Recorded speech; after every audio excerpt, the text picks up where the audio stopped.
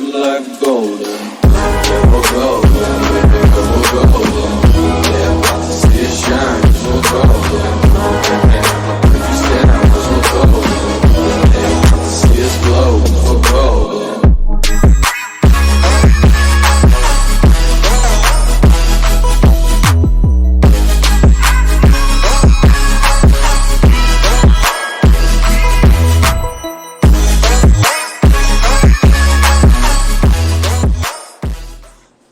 Hey, can you Hey, see how are me you? good?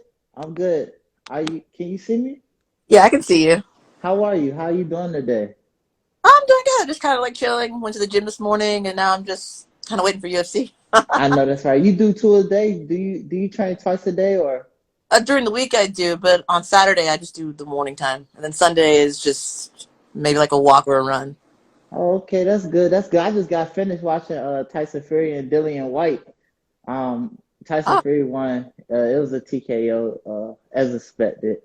Dylan's tough though, but that height and reach advantage really played a role. And it's just Dylan really couldn't get nothing off. Had he had Deontay Wilder's height, maybe he would have had a better chance. yeah, Fury's got some long arms too, like deceptive.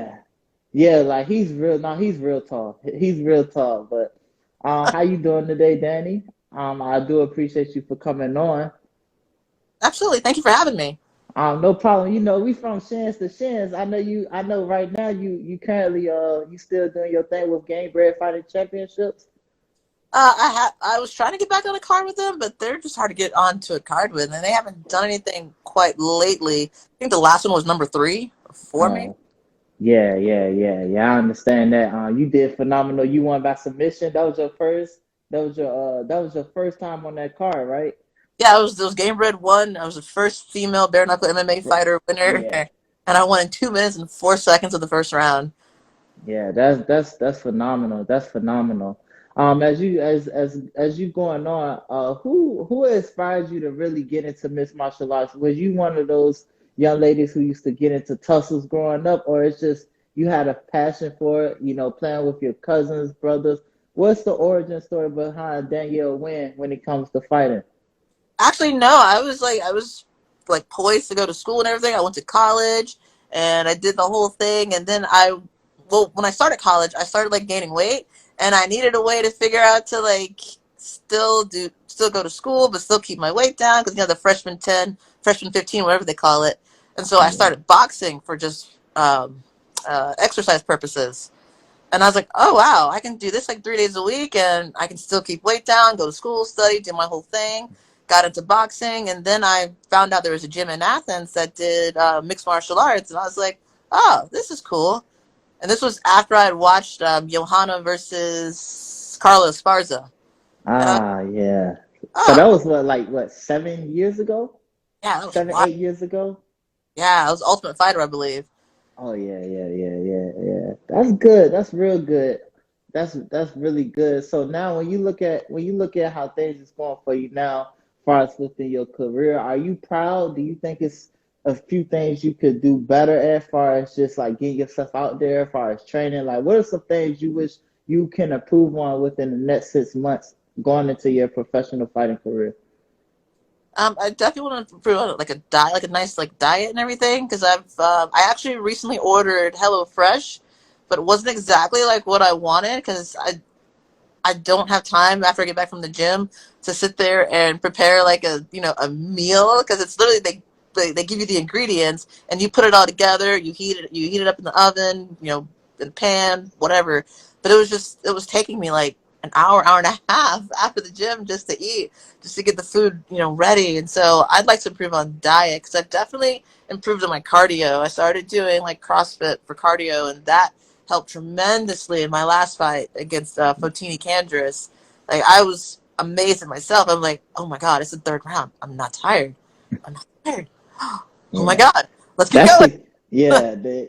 because when you tired, it's nothing scary than being in the cage locked in with somebody and you're tired.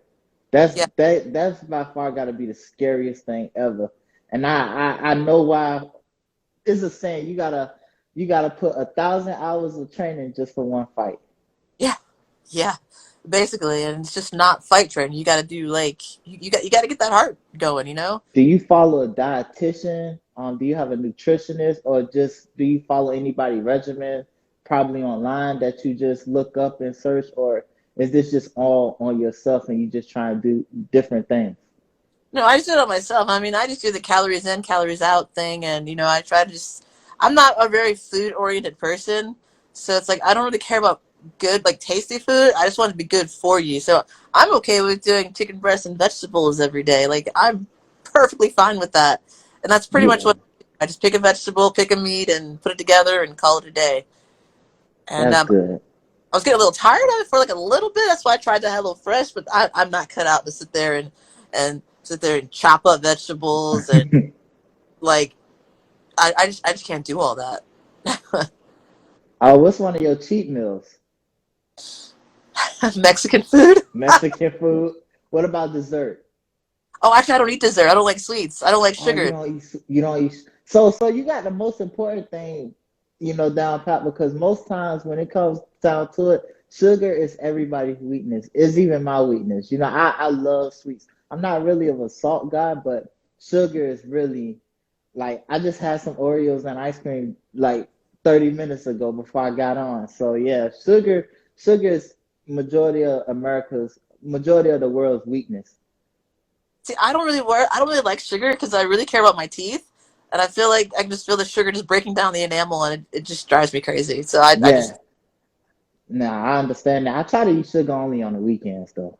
Only on the weekends for the most part. Oh, my mom's there. Hi, mom. Hey, mama, how you doing, sugar? You got fans, Danny. You got fans. As outside of fighting, what do you normally do on your free time? I actually don't really do a whole lot. I have two cats that I kind of just sit and chill with. Um, I mainly just try to stick to because fighting is pretty. I mean, it's pretty intense. Like you can't really do a whole lot outside of it without affecting it because you train 5 6 days a week and then you just want to rest. And I like laying in my bed. Nah, I understand that. I understand that. When you training a lot, you most times you just like the rest. Do you have any female fighters you look up to currently or past tense? Like I said, I do love Johanna and Jacek. She's one of my favorites for sure. She's one that kind of got me into it in the first place when I saw her fight Carla. Yeah, Um, I'd have to say she's pretty much the biggest one I watch. I mean, I do pay special attention to the female fights on UFC and Bellator and things. Like I'll tune in just for that. yeah. But when I think of fight, I think of Johanna. Like I've watched all her title defenses and everything.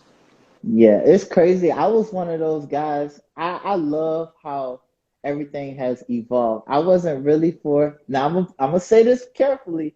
I wasn't really for ladies fighting, not because I don't think they didn't belong. It's just, it hurts my heart seeing a nice, pretty young lady bloody themselves up. And you know what I'm saying? It's always one winner and one loser. And I'd be sad that it will be one woman that's just extremely better than another. So that was the aspect that I was looking from. But what made me really fall in love with women's MMA was Joanna versus John Wei Lee.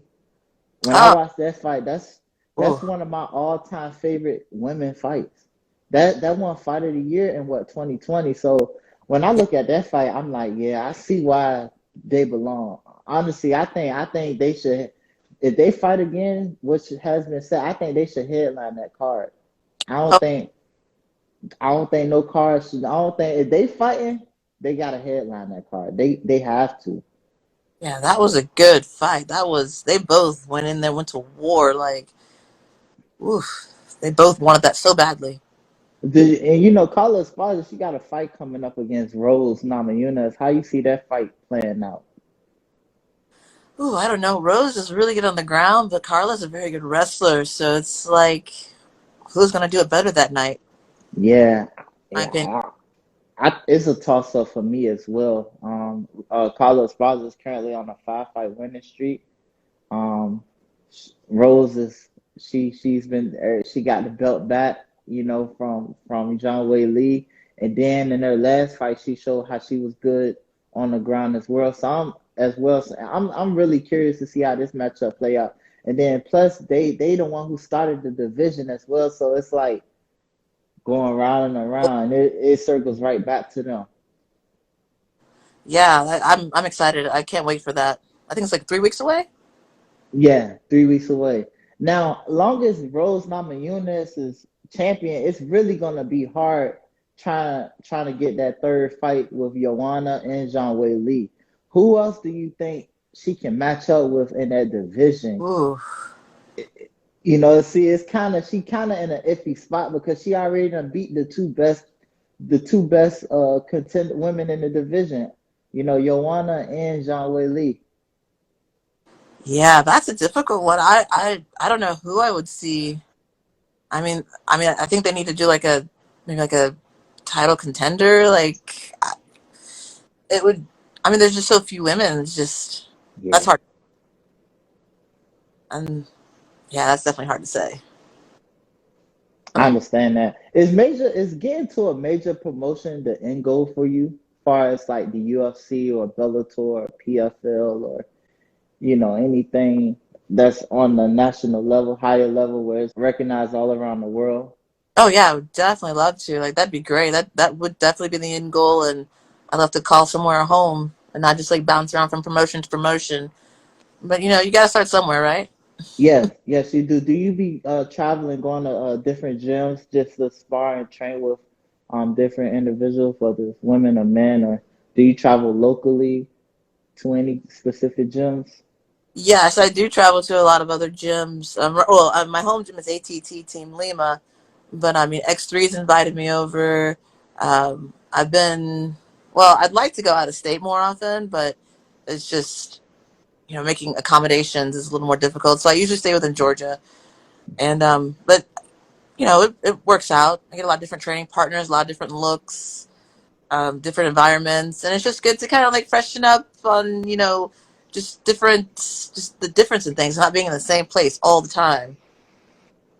I So understand that. Besides martial arts, do you compete on the side as far as like grappling competitions, whether it's jujitsu, judo, or just small little wrestling matches? Do you normally do that if you're not competing to stay fresh, stay fit? I've actually tried to a couple times. It's just it's a little difficult because those matches are on Saturday. Ah, It's like an all day thing, and I went to one of them. I can't remember if it was a Naga or a New Breed, but they had nobody. There was no opponents, and I just waited all day for like nothing. And I you know yeah. I can't wait all day and Yeah, get maybe one match. yeah, that was the same thing that happened to me. I had went to a Fuji jiu-jitsu tournament to support one of the guys from Chance to Chance MMA. He came from Richmond, and I went there, and I was there all day. I was there from 8 to like 7 p.m. Yeah, I'm just like I can't do this all day. Yeah, Yeah, because I definitely would love to do more, but it's just I all day. Like I'm just that's why like MMA. Like I show up, at a certain time. I know I'm going on between this hour and this hour. Then I'm done. I can go home, go back to the room, whatever I need to do. nah, seriously though. Now I wanna talk about something probably a little sensitive. You don't have to answer this, but everything that's going on with Jorge Masvidal. Do you think his situation will put the Gamebred promotion fighting on hold now that he's dealing with those issues, or do you think that's just like naysaying everything will be back on board as far as his fighting promotion is concerned? I'm thinking that they're trying to push the icon a little more than the game bread. Um, Mm, I don't know though. Like I feel like with his recent issues with Colby and everything, that it brings attention, but I don't think it's necessarily negative attention. yeah, I mean, it may not be the most positive thing he could have possibly done, yeah, but I mean, it still brings attention. I mean, it still puts eyes on Jorge, and then he can be like, "Hey, this is these are my promotions, Game Bread and Icon." And I've been trying to get on an Icon card, but I don't know. I haven't, no such luck. But like I I said, understand that. I don't think it's I don't think it's necessarily negative attention for him. I just think like gets attention. It brings things to light. Do you wish he would have handled things differently, or do you wish, good on him? Like, what's your whole just perspective outside looking in? I think that I mean, I understand why he did it, but he gets paid to fight. Like you get paid for this. I just I would have rather he didn't. But then again, I Yeah, see like why. I mean, I don't think I would have done the same thing. I mean, you could yeah, say what you want because words are words, but I don't know. You get paid to fight. Like I'm if I see a fight, I'm running the opposite direction. Like that's what I'm doing. I'm not getting involved. It's see you later, goodbye. You guys call me tomorrow. But I think he could have handled it a little bit differently. you training at ATT. What are some things that you have learned there? Like, who have you seen just creeping in there every now and then? And what's the overall experience like just being that American top team? Oh, it's a great experience actually. Like we have a lot of variety of fighter types. Like we got the wrestlers and the strikers and people that are more like grappling based. And I just like it's really helped me work on my wrestling. Like that's how I got that takedown in Gamebred. I was like, I just worked on wrestling because I knew if my hands gave out, because that's Yeah, the thing for me with like bare knuckle. If your hands break, what do you do? Like, or something happens to your hands, what do you do? nothing. But as far It's nothing you can do. no, but fight on, and then it's all. I mean, hurts and everything afterwards. But with MMA, it's like okay, so if something happens to my hands, I can still take it to the ground. I got elbows, I got knees, Yeah. I can do all that. So I really worked in my wrestling, and I literally did that takedown to rear naked choke probably like 1,000 times. Who you going for tonight? Andrade or Lemus? I have to go with Andrade because I don't know. I've just seen her go through. Like she's actually fought at 115, 125, and Uh, 135, and I could never see myself ever going down to 115. yeah, Like that's pretty cool that you've actually fought and won in all three weight classes. Like you have that option. Like for me, there's no option to go down to 115. I yeah, even had like a DEXA scan done in order to see what like how low I could possibly go to before it starts affecting things, or theoretically affecting things. And the yeah. technician kind of like giggled when I said one laugh at me, but he wanted to laugh. Like he was professional and everything, but he kind of just Yeah, like it was yeah.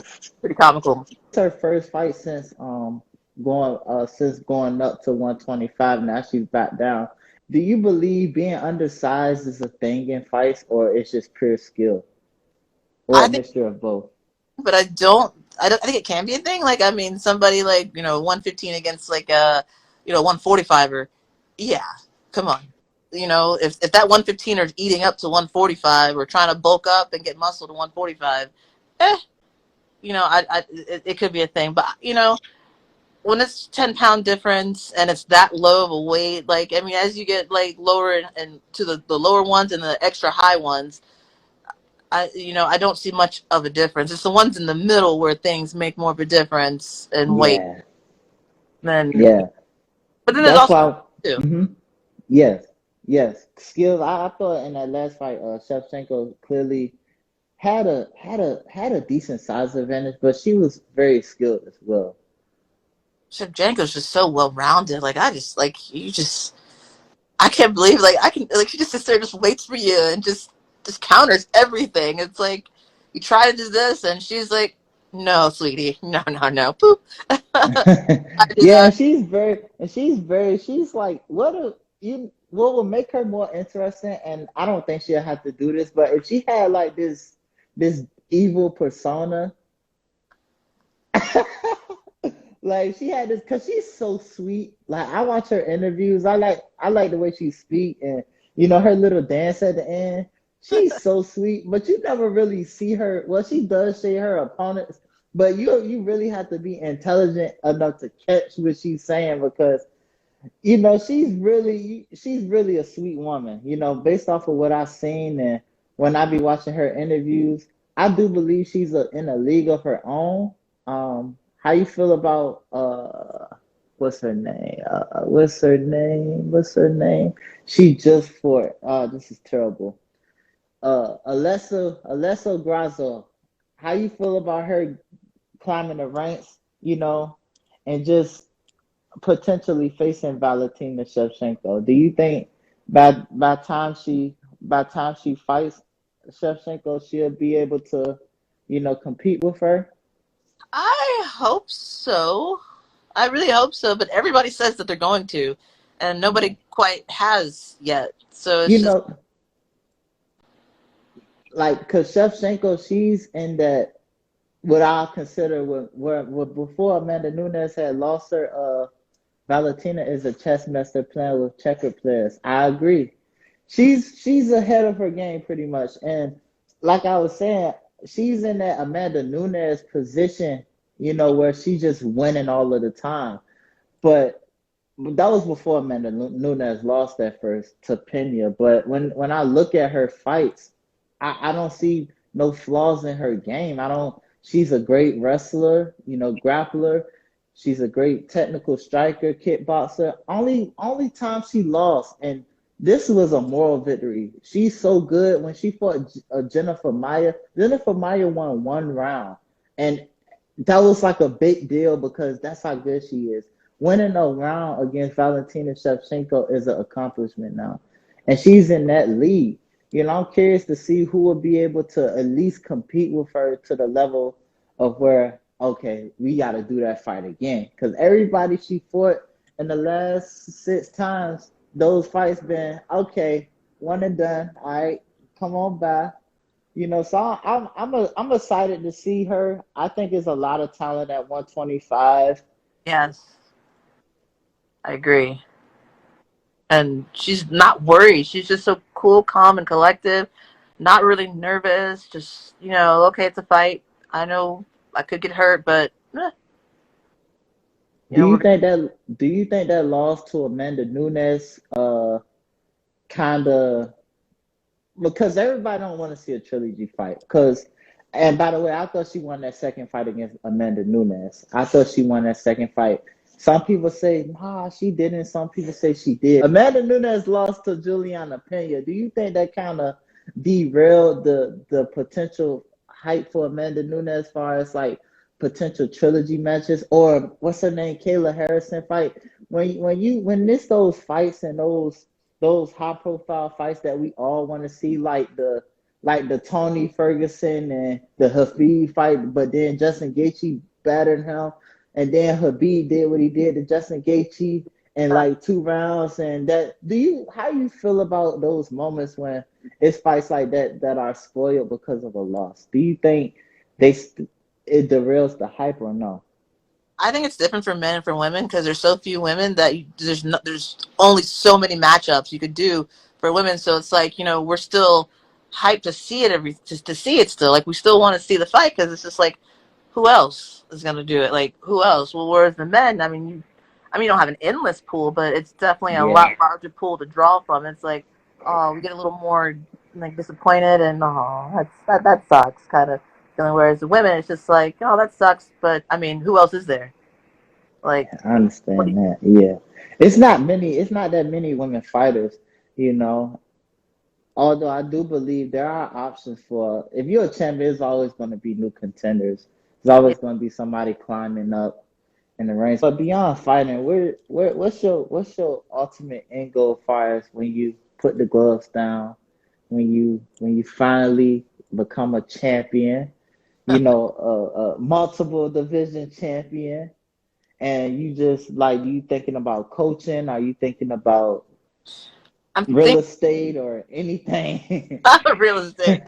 I mean, once I'm done fighting, I'll probably like forever train just to stay in shape because I do believe like staying in shape keeps the mind fresh and keeps you going in life. So I think I would definitely like keep like going to the gym and everything. But as far as like a career after, I'd probably just be happy with like some kind of desk job. I'd be okay with that in the end.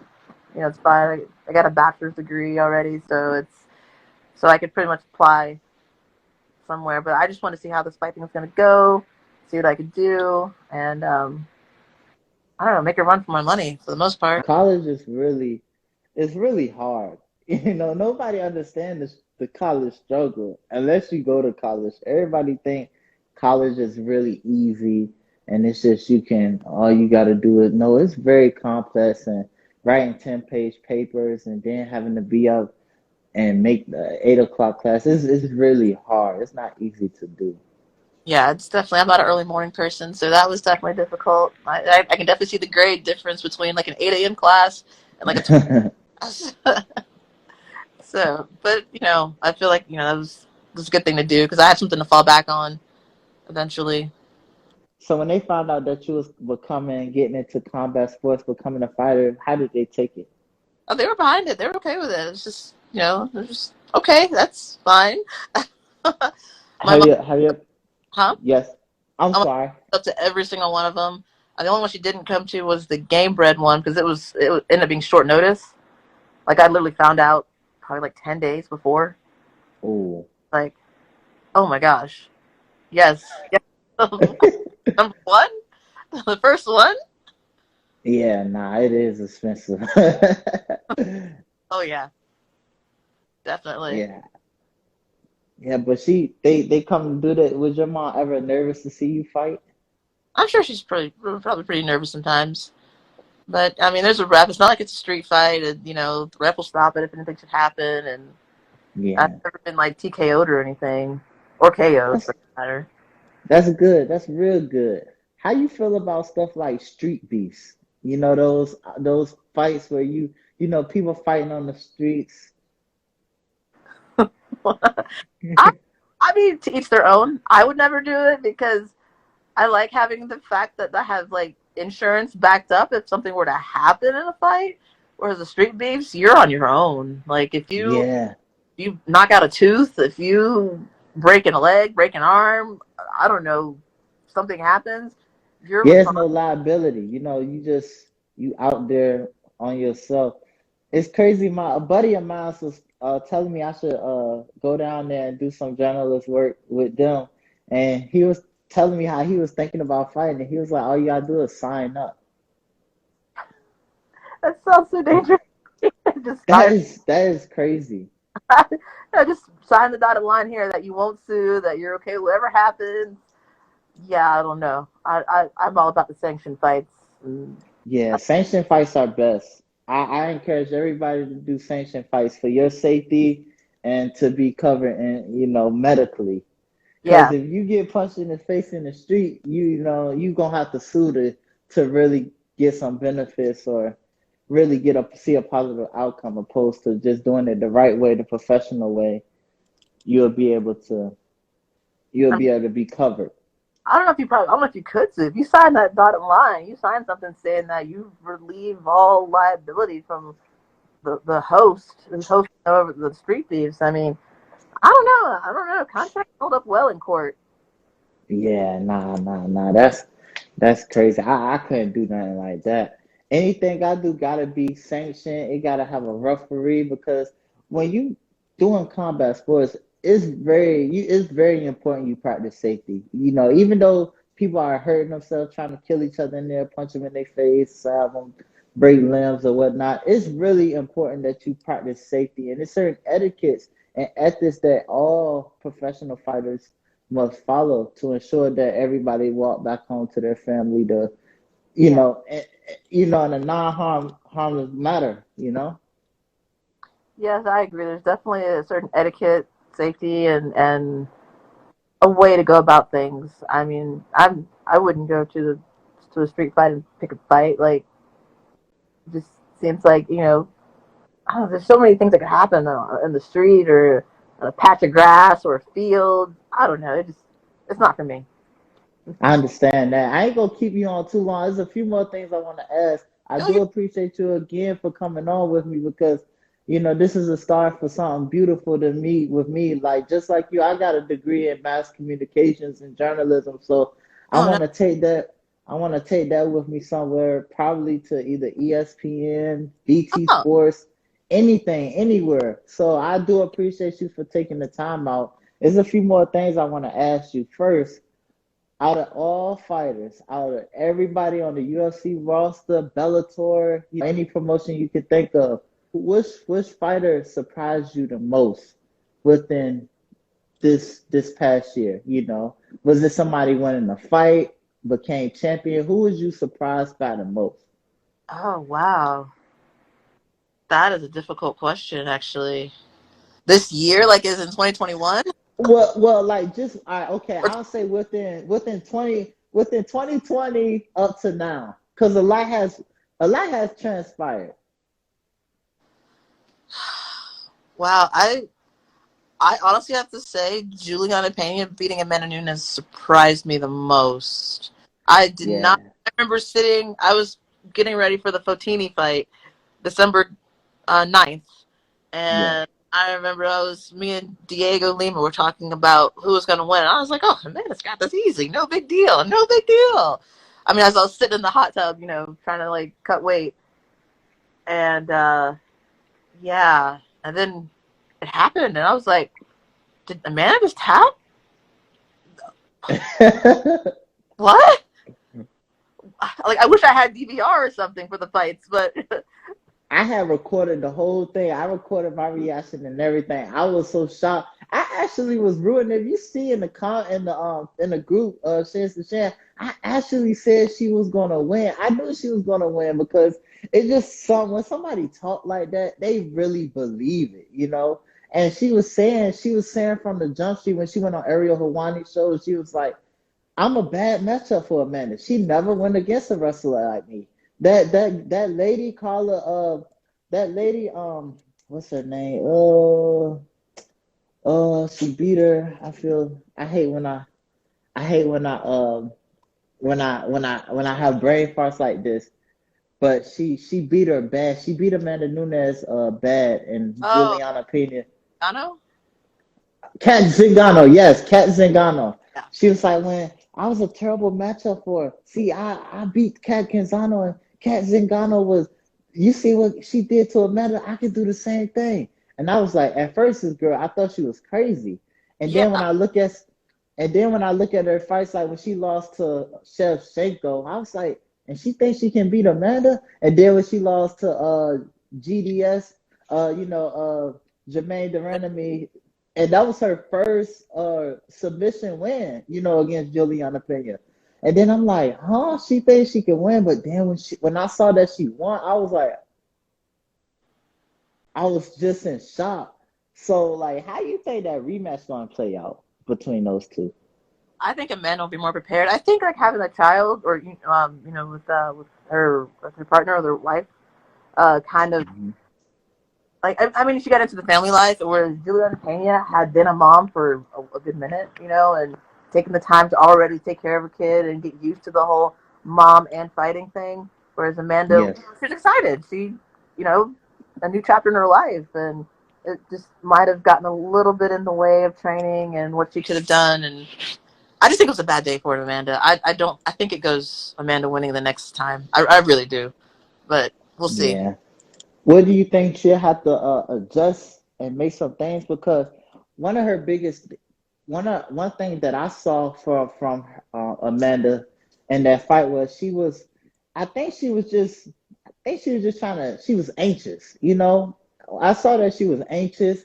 I think and one thing, Juliana Pena and Amanda Nunes are they have like the same reach, or they're like the same size as well. So she was able to, each time she got close, she was able to land that jab, and she hit just as hard as Amanda, and I think that shocked her. So I think, in my opinion, she'll probably will want to, fight from the outside, and also try not to really engage into no clinching, or try to grapple with her or wrestle or anything. I don't think she should do that, especially with Juliana Pena being confident that she's the better wrestler. I mean, to each his own. Right. I think Amanda got a little tired in that fight. It looks like she looked a little like kind of just ready to go home. She was ready Yeah. to go home. I And mean, she did good in round one. yeah, but you know that look in fighters' eyes when they're just like, oh. It's like when Habib fights anybody. The fighter just looks like, man, I just want to get out of here. Nah, seriously. Seriously. I just want to go home, please. But yeah, I think she'll be more prepared next time, and I think she'll be ready take on Pena and Yeah. do what she needs to do. Do you believe in a term called flukes when it comes into fighting? Yes and no.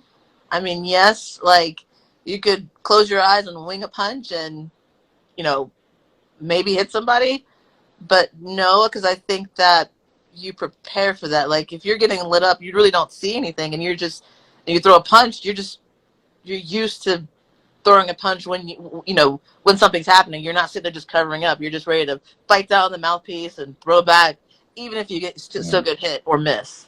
So I think the term fluke is like it's a yes and no for me. 'Cause I understand. It's very deceptive. Like when it comes to fighting, anything can happen. Like when Connor knocked out Jose Aldo in 13 seconds, everybody still believes. Some people believe that's a fluke. You know, some people believe that was a fluke. Some people, then when they see him in backstage, he practicing that same left. You know what I mean? Then they be like, was it a fluke? So it's really hard to tell. People gonna always believe what they believe, but I try to keep my judgment as pure, honest, but very simple, especially since I'm not the one getting in there. I'm a fan, and I always try to be respectful. So the call what somebody did, far as like they trained like 12 weeks for preparing for this moment, and they finally get that moment that they were chasing, and you discredit them, like just like when people discredit them and say, "Ah, that was a fluke." I feel offended because they worked really hard on it, and I believe there's certain things that most people, especially fans, it's certain etiquettes that should be followed that nobody really push, especially if you're not getting in there doing the same thing. yeah, I agree. If you haven't been in there, you really don't know what it's like. And I mean, I think you should remain open minded and respectful, and just like keep an open mind. Like if you don't know, you don't know. And it's not a problem that you don't know. I mean, you just don't know, and Yeah, it is. But still, like keep an open mind. Maybe that fighter, maybe they practice that. Maybe they had people do the same thing to them for weeks. It's like when Jorge did the knee for Astrid. They actually yeah. practiced that knee. That Jorge didn't just run up and just do it. Like that was actually they practiced that. Yeah, nah, that was nothing but pure practice. Now, one more question I want to ask you before we get off. Now what's the next step for you? What's the next move? What's the big secret or what's the next plan you got going on? I'm actually looking to fight probably like July, August now because my birthday is May 22nd. So I want to wait till after that. Hey, your birthday, May baby, your birthday is 4 days before mine. Mine's May 26th. Oh, nice, Gemini's. Gemini. Yeah, but so because I was trying to find one before, but nothing really matched up. I did have one, but it was on the West Coast in Colorado, and the elevation was just there's no way I could do Oh, that. So oh man. yeah. Yeah, Colorado is kind of crazy because I know a professional. Well, he was going to the Olympics. He went to the Olympics, and there was an Olympic trial in Colorado. It was years ago, and he was telling me how him going to Colorado, he had to forfeit his chance of going to the Olympics because the elevation he just couldn't adjust in time. He lost his chance. So Colorado is it's above sea level or below it's Oh, above sea five level. feet or something. Like I even looked up like training on top of like Stone Mountain. I live in Georgia. Hmm. And it would never compare. Like I would have to literally stay 6 weeks in Colorado and get used to the elevation and everything. And then I talked to people and that thought, oh, it'll be fine. And they were like, yeah, in the fight, I just couldn't catch my breath. Like I just couldn't, I just couldn't catch a breath. Like no matter what they did, they couldn't breathe. So I was like, Yeah, yeah, the money's good for this one, but I'd rather have a better record than worry about the money at the moment. Because I mean, I'm I I'm understand that. okay right now. How important do you think records are, as far as like 12-5 or 10-10? I think they're important. I think they're more important for men because there's more of them, and so it's more of a competition. But for women, I mean, I've seen some women like I mean, I had 0-3, and I got the Gamebred thing, and then I started like winning after that. So I won the Gamebred, then I won Next Level Fighting Championship in December, and now I'm looking for the next one. That's when somebody called me about the Colorado one. So I did my research, and I was like, yeah, I don't think so, Yeah.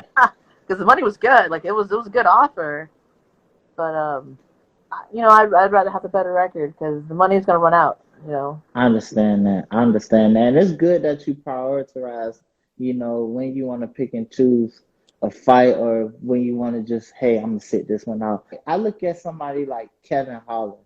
I know Kevin Holland, he loves fighting, called big mouth for everything. And it's just great. Thankfully, he was able to win those fights that he did on short notice. But sometimes you gotta really like he had fought who he fought. He fought Marvin Vettori on like 3 days or like a week notice. That's Marvin Vettori for God's sakes. And he did surprisingly well, but that wasn't really a good fight for him to take.